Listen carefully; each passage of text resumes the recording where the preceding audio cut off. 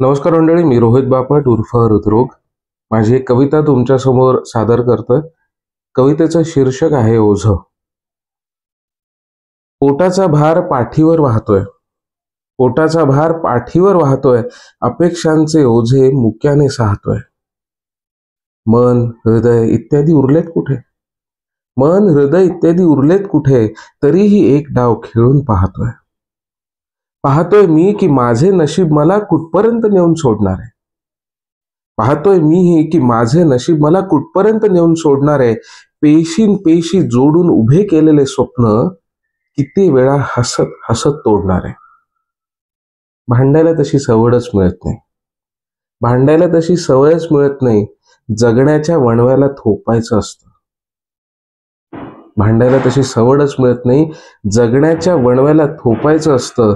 मग सगळ्या जखमांना विसरून कधीतरी शांत शांत झोपायचं असतं. म्हणूनच मुक्याने वाहतोय हे ओझं, म्हणूनच मुख्याने वाहतोय हे ओझं. म्हणूनच हल्ली कुडी थकलेली दिसते माझी. कडा मोडला जगाच्या नियमांनी, कडा मोडला जगाच्या नियमांनी. म्हणूनच हल्ली मान झुकलेली असते माझी. आणि मलाच विचारता मी सुखी समाधानी कसा दिसतो, मलाच विचारता मी सुखी समाधानी कसा दिसतो. खूप मुखवटे चढवून पाहिले, खूप मुखवटे चढवून पाहिले, पण माझ्या चेहऱ्यावर हाच बरा दिसतो. त्यामुळे तोच मुखवटा चढवून फिरतोय.